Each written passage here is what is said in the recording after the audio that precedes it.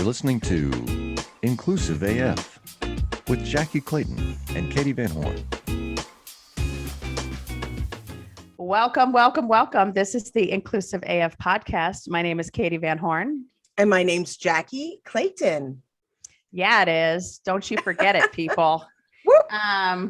So, hey, for those of you who are listening, we have a special giveaway today. So Jackye and I had some fun and we got some, well, let's be clear. It wasn't you or me that was creative. We have people that we know that are creative. We have people, yes.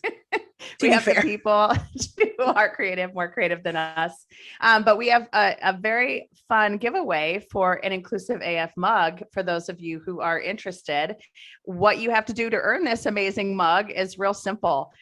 You can take a picture listening to this podcast, or you can take a picture, highlighting Inclusive AF podcast and tag us in your Instagram post, in your Facebook post, in your Twitter post, whatever it might be. On Instagram, you can tag Inclusive AF.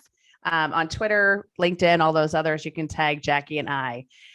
So if once you do that, we will send you your mug. We'll reach out to you and send you your favorite mug. It's really amazing. Jackye, do you like drinking out of the Inclusive AF mug? Yeah, and it's the perfect size. It is. It truly is. So we have the right people to pick out the mugs and do the creative. All right, enough about that. So we have a fun guest today. I'm very excited to introduce Maia. Maia is coming to us. She is also a Chief People Officer. And so we will let her do her introduction, and then we'll dive into some fun questions. So Maia, welcome. And please do introduce yourself. Yes, thank you guys so much for having me. I am Maia. I'm the Chief People Officer of JUV, which is a purpose-driven marketing company that helps clients better reach and understand Gen Z and diverse young people. So there, I basically oversee hiring, retention, recruitment, company culture, EDIB, social impact, all that fun stuff. I am a Black queer woman that basically is trying to work to create better experiences for everybody based off of the experiences that I had at previous positions that I did not necessarily enjoy because of those specific identifiers. And on the side, I do a podcast as well. So I'm super excited to be on somebody else's podcast. Me and my best friend Carmen, we host a Black Zillennial coming of age podcast called Big Fish, where we talk about all things related to coming of age, like how to navigate tough work conversations, how to navigate love, which is super annoying at this age. I'm 26, so y'all already know what that's like. Like it's super It doesn't get any better at 46, and that's what to be I clear. hear. That's what I hear. So what am I putting out this time for? But yeah, that's basically me, but I'm super excited to be here with you guys to chat. Awesome. If I knew then what I know now. Mm-hmm. Yeah. Yeah. Change a thing, would ya? Not one. The lies. Yeah, exactly. Makes for fun conversations over cocktails. So Maia, where are you based? Where are you today? So right now I'm in Times Square. That's where our headquarters are. I'm sitting at our desk. I usually work from home in Brooklyn. Shout out Bed-Stuy. I'm right in between Bed-Stuy and Bushwick. But I am in New York City, the city that never sleeps, but slept a lot the past 2 years because of COVID. But right now in Times Square with the rest of my coworkers. Very, very cool. Brooklyn holds a special place in my heart. I had to do a speaking engagement there. This has now been years ago, and I can never remember the name of the hotel, but it's right under the Brooklyn Bridge, and it's their whole thing is eco-friendly, and so they have like a fern inside, or not fern. What is moss? Like inside the room, they have a water filter thing. Whole situation, and of course, pizza. Who doesn't love pizza from New York? So exactly. So tell us a little bit about, so let's start with the podcast. So you all talk about kind of all the things on the podcast. Yeah. What are you finding? What are the insights that you have figured out recently? It's so interesting. So the reason why I've always been interested in radio and podcasting. In college, I was involved in our campus radio, and I was the campus radio station manager. And our job was basically to find new, undiscovered, and unsigned artists to play on the radio. And I thought that was super fun. Everybody also had to have a radio show if you worked at the radio station. So that's sort of where it happened. Like I had to have a radio show, but I was like, oh, I kind of like this. This is like very cool. And I also like talking, if you guys haven't noticed already, like I'm a big talker. So when I graduated, obviously I couldn't have a radio station, podcaster, super in. So I figured, hey, why not? I have something to say too. And I really just started it with my best friend because I just feel like Black women never have coming of age stories. Like Black women are always viewed as monoliths, which are just like, Black women are strong and they're intelligent and they're sort of built to endure. And I hate that like narrative that Black women are strong, because it basically just says that Black women are sort of built to endure pain and like, you'll get through it because this is like normal. This is what you're supposed to be doing. And it's like, no, like I make mistakes sometimes and I'm vulnerable and like, I want to cry and I want to laugh and I want to be excited by things. And I just wanted a space to do that. And a space to just talk about a lot of the things I've learned, even though I'm 26 and have a lot more to learn. I feel like I've also learned a good amount thus far. So we just wanted to create this podcast to be able for Black women to like learn and grow, and provide a safe space for that, is essentially what it is. And what I've learned thus far is that vulnerability makes me uncomfortable. As much as I'm an advocate for it, vulnerability sucks and it's hard. And I've learned that even though I'm a self-aware person and I'm super honest and open about myself, that doesn't mean you're vulnerable. That's what I've learned. Like you can detach from that. You can tell a fact and not be vulnerable. And I struggle with that. So that's one thing I've learned from Big Fish. I love that. You're so right. And I can appreciate sharing some of that narrative of the things. And I feel like, especially going through this as a Black woman, people, it's one of those things like you don't even understand what other people are dealing with. Like I'm told that I'm supposed to be strong, but at the same time, it's like not recognizing what strong is for me and what vulnerable means for me. And it's like so often, especially now, like it's more than just crying, right? It's not just about that. It's about being able to be true. I need to be able to be true fully myself, and I need you to not cry. Yeah. Like as I'm telling my story. Yeah, just hold the tears, please. Yeah, please hold the tears. So and trying to go through all of that. So I love that, because I have a podcast with my best friend, even though we have been like up and down in hiatus as we're going crazy. What would you say is one of the most shocking things or surprising things you've learned through doing your podcast? Ooh, what is the most shocking or surprising things that I've learned from doing my podcast? That's a good question. I think I've learned, one, that I don't take care of myself enough. And I don't have to tell you guys, doing your own podcast is not a joke, is not a game. I obviously work full time. I'm also a part-time student currently getting my MBA. So doing I am also on hiatus right now because it's been a rough semester. And I learned that I just pile stuff on and I don't know what it is. And I've learned recently I was watching the Steve Harvey show recently for some reason. I believe it was Steve Harvey's show, but somebody said, I say no first and then think about it later.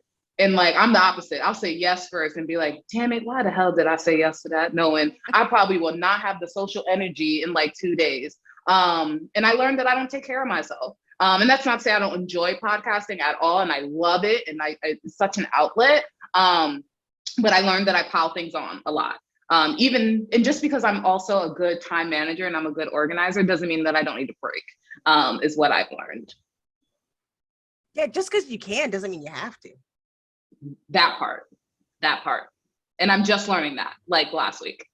No, I'm glad you learned it. I just said it. I don't actually live my life that way, but I plan on it.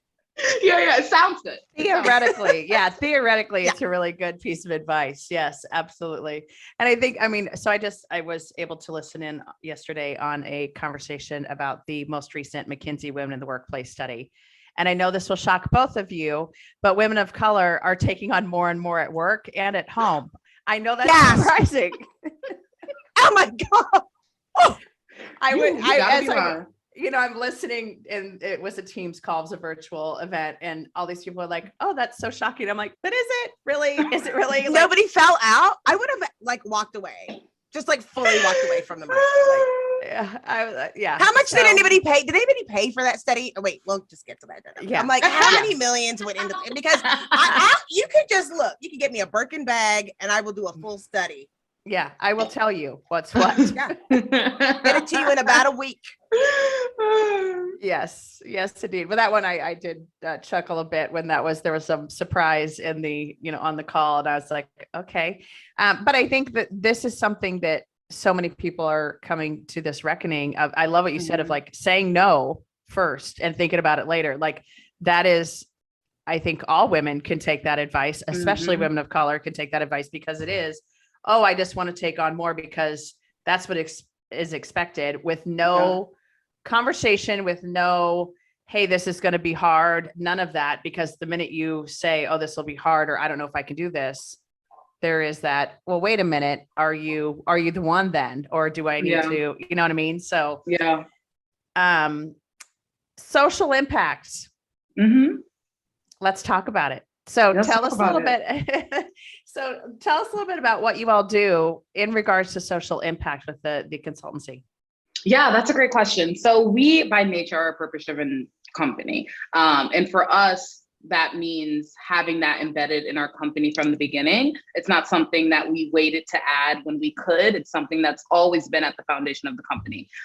From when we started, there was always a budget for it. There was always a strategy behind it. And not just specifically for the social impact department, but how do we maintain purpose throughout all of our departments and throughout all of our initiatives, about the way that we pick partners, who we're working with. That's a big thing. And not just who are we working with, but what are they asking us to do? Because I'm sure you guys are familiar, you get a lot of clients that are just like, just make it seem like we're doing something. Like just make it seem like we care about X, Y, and Z. And it's like, no, let's explore why you should. Let's explore the ways that you actually can. So that's one aspect, just fundamentally being a purpose-driven company and caring about the causes and the things that are affecting Gen Zers globally. As it relates to our specific social impact department, the way that I oversee, along with my colleague Daniel, the way that I like to think about our social impact department, it's all about access and it's all about empowering. So who should we be working to empower and elevate in terms of folks that are already doing the work? Because it doesn't really make sense for us to reinvent the wheel. There's going to be a nonprofit anywhere you go that is already doing the work that you're thinking about doing. Elevate them. Like, they need the money, they need the resources, they need the human capital. Let's find them. So that's one part of it. It's working locally within NYC and also other communities, because we do have employees that are remotely. So we have the ability to connect with them and ask them, hey, who should we connect with in your city? So that's one part of it, is working with them locally. But another part is providing access to Gen Zers. So we do that through micro grants, but we also do that through programming. One big initiative that we rolled out for the first time last year that I'm excited to continue this year is our Gap Year program. So JUV will bring on a student for 9 months to do a rotational program in 3 different departments, just to simply get experience. That was the most annoying thing that I experienced as somebody who was looking for a job. You don't have experience and you can't do this. And it's like, well, I can't afford to do an unpaid internship, right? And then folks also don't want to give you the experience before you have it. So that, for me, the Gap Year program was something super important for us to provide access and experience to Gen Zers remotely. And so those are some of the things that we have worked on thus far in terms of what we're doing in the future. We have a plethora of conversations with a bunch of different nonprofits that I was mentioning before about how we can elevate and support their efforts. So through that, we offer pro bono consulting for nonprofits and organizations that need it, whether that's helping them improve their social media so they can get their voice out there, whether that's us partnering them with our clients in terms of doing sponsorships and events, whether that's partnering them with our influencers so they can have ambassadors for their program. That's some of the work that we have done in our social impact department. I want to go back to something that you just said, and I think it's something that we could spend some time on. You know, the idea that I can't take an unpaid internship. And it's something that Jack and I've talked about a little bit. And, that goes back to that accessibility piece. And, I work with a client and they do, they work with the federal government through the VISTA program. And for those of you who don't know, it's a very low paid internship basically. And you're going into underserved communities and helping them with something. And it is so hard to even think about because it's literally not even below minimum wage. It's just nothing that you could live off of, but they do get a small stipend. Right. I would love for you to talk a little bit about just, kind of what that accessibility piece really means to folks from underserved communities and folks that just wouldn't have the opportunity, that don't have mommy and daddy to fall back on to say, hey, get me an apartment or get me a whatever. Yeah. It means, there's so many things that it means. It means a lot. So I also am a first generation low income student. My mother did not go to college. My father is not in my life. My mom ended up going back to college when I was in high school, which is also an interesting experience, having to help her and study with her, and also trying to be strict. I'm not telling you the answer, you have to figure it out, and here's how you figure it out. But yeah, I grew up in a household, 2-bedroom apartment in Queens, Left Rack, Queens, with about 5 people sharing a bed with my brother. So I know all too well that experience. And what I can say, speaking for myself, is that all we need is somebody to take a chance. And that sounds super corny, but that is truly all we need, is somebody to take a chance. I say this often, that I feel like I got where I'm at because somebody saw something in me and was willing to take a bet on me. And that's all you need. But the problem is, folks from minoritized communities are less likely to receive that grace. And that's the issue. And we know why they're less likely to receive that grace, whether it's prejudice, bias, systematic racism, et cetera. But even just receiving that opportunity just gives me more faith in myself. So it means a lot to me to see somebody who I know is capable of doing a job being like, hey, I can see you doing this, and I'm going to provide you the chance to do that with money. It's so wild to me that unpaid internships are even still a thing. And I just can't, I just know how stressful it was for me going to college and working 3 jobs. And I just can't imagine if one of those jobs were free. I have to take care of myself, and I have to, I've been paying my bills since I was 16. And I don't think people consider the amount of children, because they're low income or first generation, that are doing a lot of things on their own trying to make it. And I think that folks just taking a bet on you makes a huge difference. It should be illegal. Yeah. Yes. Yes. Very much. I thought we had rights against that. I mean, it's just dumb. I mean, and some of the experiences that you get isn't great. I mean, I talk about my oldest child, Clay, who's about to move to New York. We'll talk offline because they need a place to live. Got you. Editor, take that out. But anyway, but when you was oh, you're a math major, come be a systems architect. And they're like, okay, but I'm a math major. And they were like, look, you're actually a systems architect. And it's I am. I had no idea. Yeah. And giving those opportunities. And I think we have to do more in high school about advocacy, and teaching people how to advocate for themselves, because especially I live, in Waco, Texas, which is just like Bed-Stuy, Brooklyn, but a little bit different. And those kids don't know that they even have an opportunity to go. They think this is where you are supposed to be. You see generations where it's right. This is just what I do or what we do, and don't have an opportunity to see any other way of life out, because when you live in the middle of nowhere. So teaching them to advocate for themselves, to even speak up, can be a challenge. That's super important, because being in HR and people ops, I mean, it's statistically proven that folks that are more likely to advocate for themselves are white and or male. And I can also say from experience that is absolutely the case. And I don't know if it's because, I don't know if we were, to your point, never taught to advocate for ourselves, or I don't know if we get nervous about it.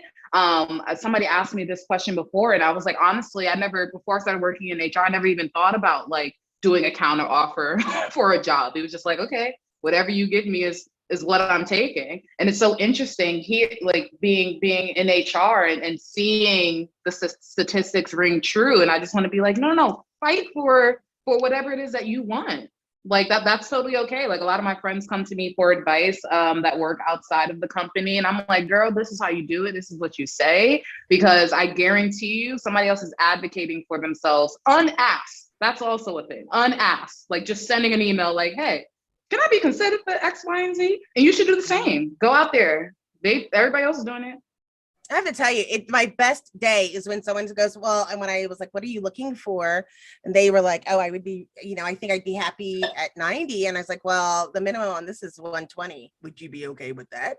They were like, really? Will I? And I'm like, yeah. P.S. If you don't take this and it doesn't work out, this is what you need to be asking for at a minimum. Like this is the like start with this, because this is just one place.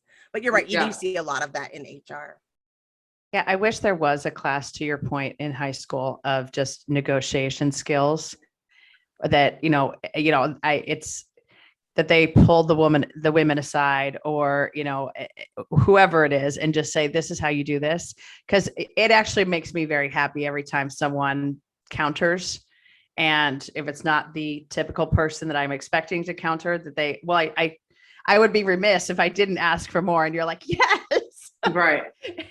No, I can't give you more, but yes. No, I'm just kidding. Yeah, that's where I'm at. Yeah. But I love it. I love it. So, hey, we're going to take a quick break and we will be right back. And then we take a break. I love that. And we're back. Woo! Love that.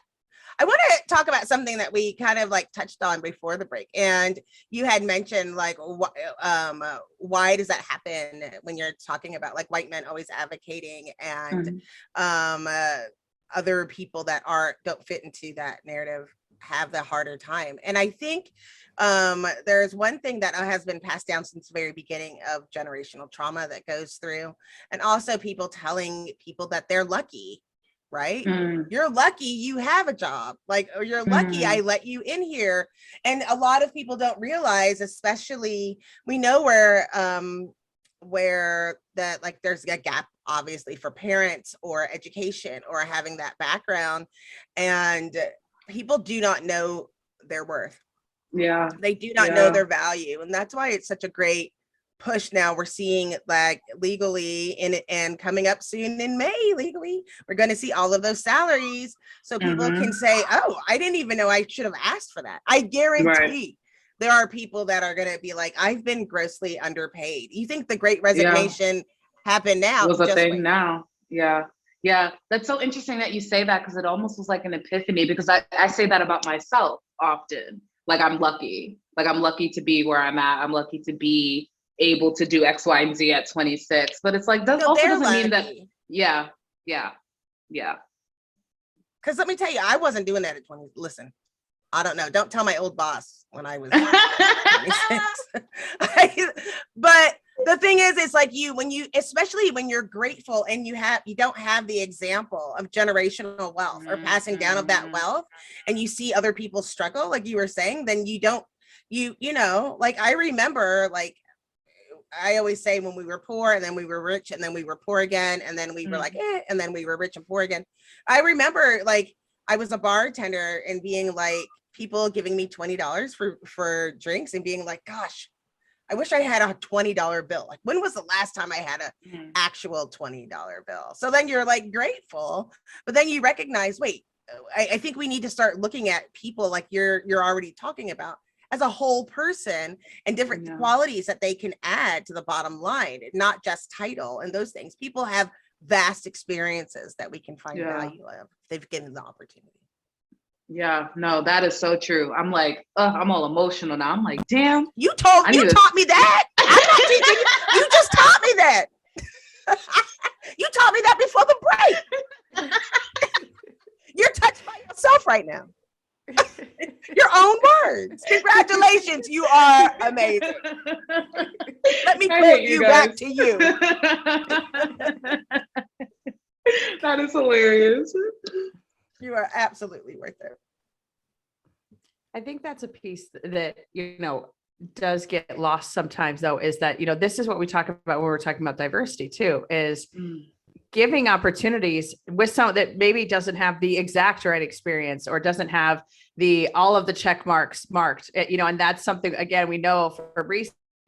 If, a woman is looking at a job description, she goes, oh, I shouldn't apply because I don't have all 10 of these checks on the check marks of the bullet points, and others will. And it is interesting because I love talking to folks that have a completely different background and having that conversation going, ooh, you know what they'd be really good at? And then throwing that out to them and they're like, had never thought about that. And those are the conversations too that are so fun, especially when it works out, of course. Yeah. That makes it like the best and doing this work so awesome is being able to have those opportunities to say, come and learn and do this and see how it goes. Absolutely. I think it's also a two-part situation. I think one, we need to encourage folks who are less likely to do that, to apply to those things, even if they're not 110% qualified. That's one part. But I think another part on the hiring side is to be open-minded about it.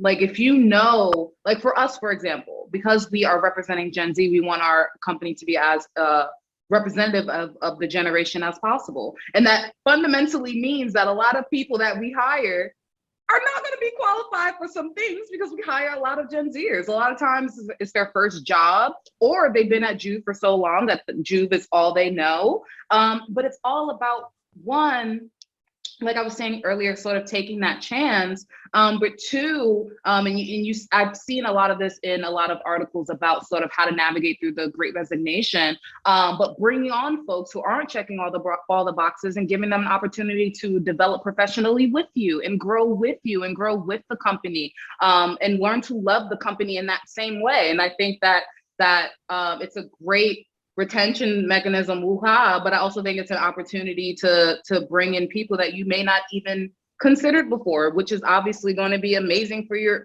company and for your culture and for the folks working there. Yeah, absolutely. I agree. Are you frozen? Are you just looking? Are you blinking? That's the I'm first time everybody not moving. I was just blinking frozen. because sometimes it's doing? almost like, sometimes I was just like thinking about it, shaking my head as you saw, because sometimes it's just honestly kind of wild that not everybody thinks this way in my head. Right. Like sometimes I'm just like, this is common sense, is it not? But my mom It's says not. common sense ain't so common, so It's not. I gotta remember that. Yeah, it is not. But I think it also goes to another point that comes up, and this is how many folks do we that are mediocre at best that have been given opportunities and kind of go, how'd that work out? And because of the network they have, because of who they know, because of whatever, whose dad, whatever, they get these opportunities. And so it is happening. It's how do we expand it to let everyone in on this work and on this network and on whatever you want to call it, to say, let's take a chance, or hey, what's the worst that can happen? I'm all at. Don't ever say that. Ever. I knock There's so on many wood. things that could happen. Yeah, I knock on wood. Let me tell you what could happen. It did. But like I'm just saying, like the taking a chance and going, hey, let's see if this person could do this work. And if it doesn't out, then you go, okay, well, hey, we tried that. Yes. But I also, the only piece I'm going to now contradict what I just said, because I also hate when folks are brought in is the Hail Mary. Oh, well, let's see if this, woman of color can come in and take over something that no one could fix.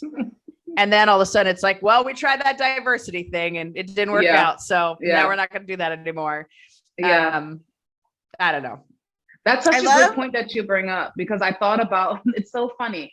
I thought about that exact point when the mayor of New York City used the words low skill and high skill worker. Which obviously for a lot of reasons is completely incorrect, that I'm sure you guys know. But that's the instant thing that I thought about, was like, when I started here, I had no idea what the heck I was doing. like at all. I figured it out. We were a really early startup at the time. So like we were all just figuring it out. And like, thanks to the universe, we eventually got it together and we're we're doing, pretty okay. But nobody at the company when I joined should have been doing a lot of the roles that they were doing because we were technically unqualified. But we learned, we figured it out, and we made do it what we could.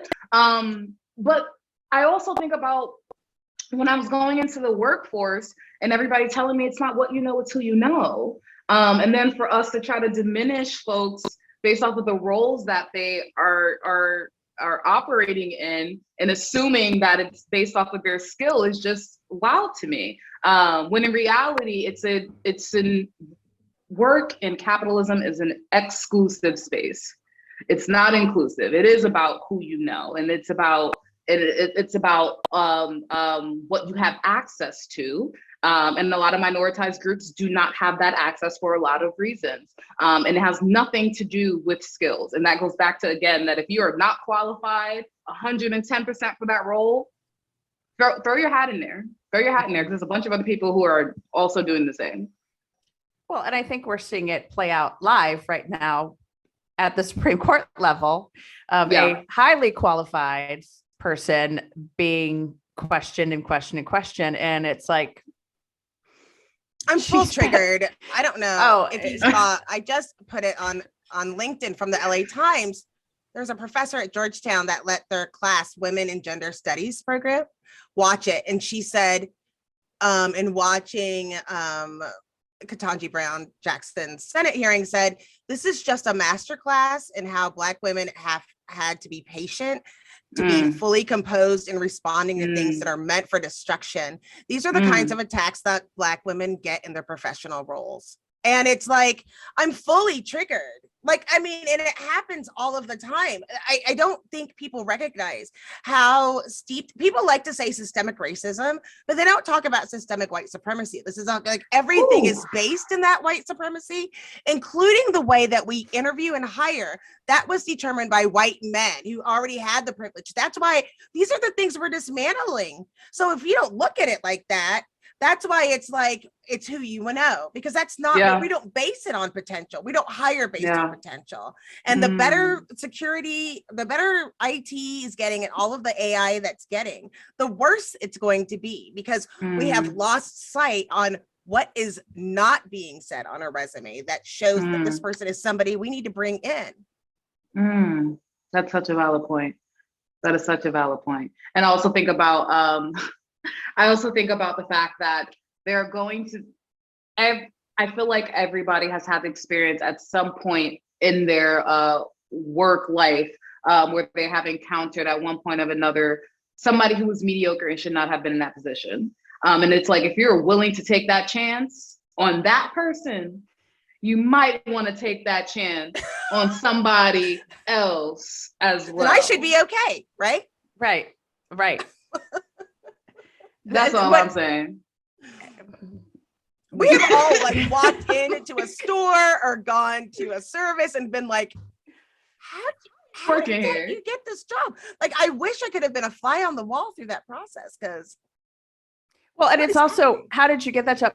And how do you keep that job when you don't do anything? That's how? right. How? Tell me how.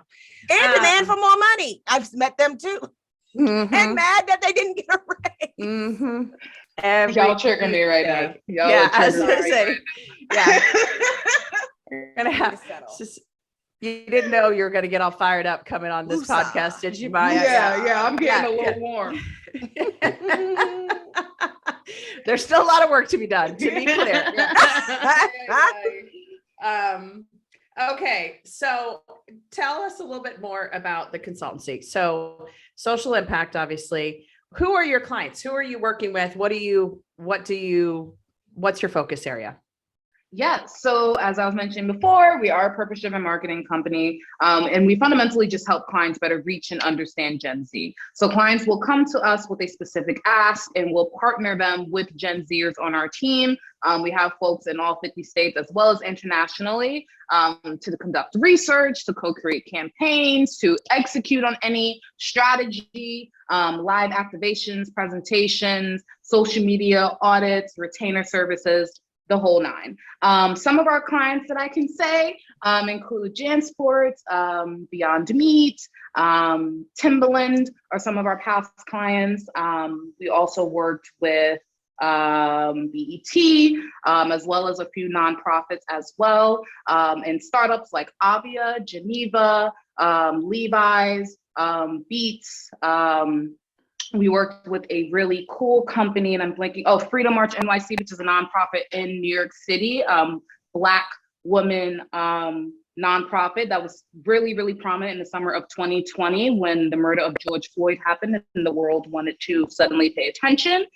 They held a lot of the walks and I'm blanking on the word. They held a lot of the walks and protests that happened in New York City in the summer. And we worked with them during that summer to help them with sponsors and partnerships with our clients, as well as we recently did a Black History Month and International Women's Day video with them, highlighting the fact that Black women are not a monolith and the many different faces and aspects of Black women.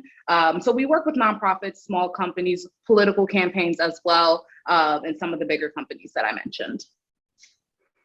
Awesome. Very cool. That's cool. It is. I'm not gonna lie. My job, I will say, that does not mean it's not stressful. I don't have to tell y'all, working with clients at any organization can be a little stressful at times, but I can honestly say I enjoy my job. I enjoy the fact that we can be honest with our clients. Like, we've hopped on calls and been like, that's trash, or like, that's racist and you need to change that, and here's why. And I don't feel like I've worked at other companies before. JUV is not my first job, and I don't feel like that is something that could fly at other companies or in their culture, to have a lot of those tough conversations. And even internally, we've had folks, be like, hey, could we try doing things this way?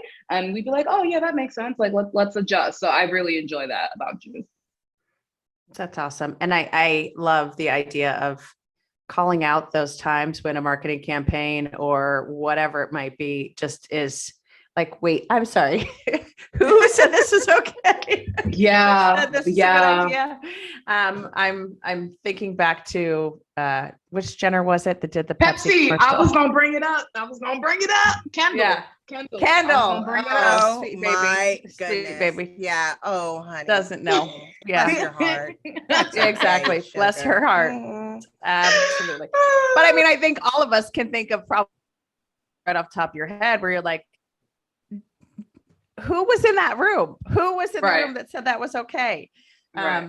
Very cool. I think I told you, like, I was starting to do that lately because of the algorithm. We were watching, me and my oldest were watching a movie, and all of the commercials were of Black people, which started feeling like a weird Get Out moment. Like, this isn't like normal for me. And I started feeling a little uncomfortable. And then we started looking at it like, how realistic is this? Like, we were looking at the commercial and being like, no Black people are doing that. Nobody's doing that. Through a meadow, that doesn't make sense. Through a meadow. Throwing frisbees, swinging kids in the park, eating Cheerios. Nobody's doing that. That is not attractive to me. That does not look like real life to me. Okay, you just brought up Cheerios. Can we talk about Iced Tea now being the Cheerio person? Listen, they must be not JUV. It's like that's a Gen X marketing. That's what I was like. Could you imagine? I don't like, but I'm also like, Iced Tea, I'm ashamed for you. I am not okay with this. I do. Everybody has to pay their bills, Katie. He's got Law and Order money, doesn't he? Law and Order. Yes, that's right. I'm gonna call Coco and be like, get your husband off of these commercials immediately. Listen, Coco wants the money. I just don't even. I can't. Gosh. If anyone knows how we can get a hold of Coco, let us know. We need to talk to her immediately. That's right. Fun fact, I actually went to, I don't know if you guys remember this, Iced Tea and Coco were supposed to have a daytime talk show. Yes. Like I went to their like first ever taping with my mom. Oh, What was that like? what was it like? Tell Did you us see everything. Coco in person? Yes, we saw Coco in person, and the person that they were actually interviewing, the guest, was actually from Orange is the New Black. I'm blanking on her name. She has like a buzz cut, but she has like the swoop in the front. Totally blanking on her name, but she was there. It was fun. There were some actors there in the audience. I don't know if that's normal for like daytime talk shows to hire actors. I thought it was fun. I got to skip school, went with my mom, and they didn't know what they was doing, but it was funny. I'm going on the YouTubes after this. I'm Yeah, gonna look I it was up. gonna I say, know they I have need to some. look this up. Yeah, I want to go back to one thing that you mentioned. So, you were talking about if I don't know the answer, if I don't know how to do something, what do you do? What is your answer? How do you handle it? Like, I think we all have these moments, and I'm not talking about, moments when you're, not believing in yourself or any type of, weirdness there. I just mean like, hey, I don't know how to do this. How do you handle that? What do you do? So you're talking specifically in the job. Sure. Yes. I've encountered that a lot, as I'm sure you can imagine as a 26-year-old CPO. I've encountered it quite a few times. So my first boss that I had, she would always, whenever I had a question, her first response would be, "Did you Google it?" And that used to get on my nerves. Because sometimes I'm like, dang, can you just tell me the answer? I promise you it'll be quicker if you just said it than if I Googled it. But that is always my go-to now. Like, even if I just want to like confirm my answer, I just want to Google it.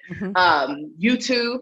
And then my last resort is somebody that I know, somebody who's older than me, somebody who has more experience. I feel like sometimes Gen Z gets this narrative, even though I'm an older Gen Z, I'm sort of like Gen Z millennial. I feel like sometimes Gen Z gets this narrative that like, we think we know it all and we don't care about other generations and we don't have anything to learn. And that is fundamentally not the case. And it's also been proven to be true in numbers that Gen Z, just like other generations, also look towards mentorship and professional development when they're looking for places that they want to work and places that they want to stay. So I always go to, we do have millennials and non-Gen Zers on our team. So I'm always like, hey, what did your company do in X, Y, and Z situation? How would they have handled it? And sometimes I don't like the answer. I'm not gonna lie. Sometimes it's like, ooh, I would never do that. And then I'll just like tweak it to something that is appropriate for our culture. But you have to kind of be resourceful, especially in startups when things are constantly changing so quickly. I don't really have time to wait on somebody to figure it out. Like, I'm gonna have to figure it out one way or another. And my go-to is usually going to somebody who has been through it and has the experience, or just doing the research. So I love that answer. And that is my go-to as well as GTS, Google that shit. Because that is the first. And I got that, one of my dear friends, Joe, she used that one time in a professional setting and everyone around the table was like, what? And she explained what it was. And everyone was like, I don't think you can say that in this room. And it was like, yeah, you can. Because I just did. And it's fine. Everyone survived. Everyone lived to tell the tale. So GTS. So the way that we close out our show is we like to ask for one thing that you want to make sure the listeners heard, one thing that they can take away from this episode. And we say one. Jackye is very bad at this. She's super bad at it. Yeah. I've been really coaching her and giving her feedback on this Katie for a while. All of mine. And then because I've said 7, she'll be like, oh yeah, me too. Yeah.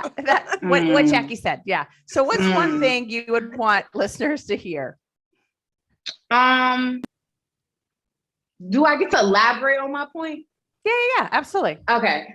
I think the one thing I would want listeners to hear is having tough conversations. And what I mean by that is I think that folks, companies, organizations, groups of people who are willing to have tough conversations are folks that are, in my opinion, are worth having conversations with. And that is not me saying that I think that all minoritized groups should be educating folks, because I 110% don't believe that. I went to a PWI where I spent a lot of freaking money, but somehow I found myself educating people instead of the opposite, including the people that I pay to educate me. So I'm not saying that at all, but for the folks who are, folks like Erica Hart who are paid to do this work and educate and et cetera, or folks who don't mind having those tough conversations with people, I think that finding folks who are open and willing to have those tough conversations are the folks that you should be dedicating your energy to, and are worth having the conversations with. It's the folks who are not willing to have that ear and not willing to hear what you have to say that I think it's not even worth engaging with. So for me, that's the one thing I'd want listeners to take away. Awesome.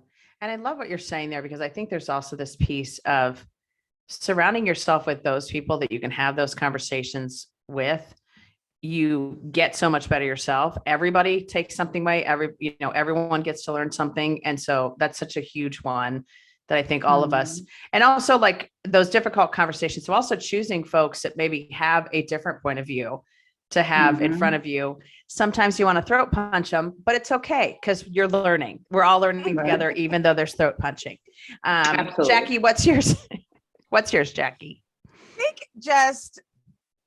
again, it's just reiterating. And I know we've said it several times. It's just giving people those opportunities, looking for the opportunities to give people the opportunities.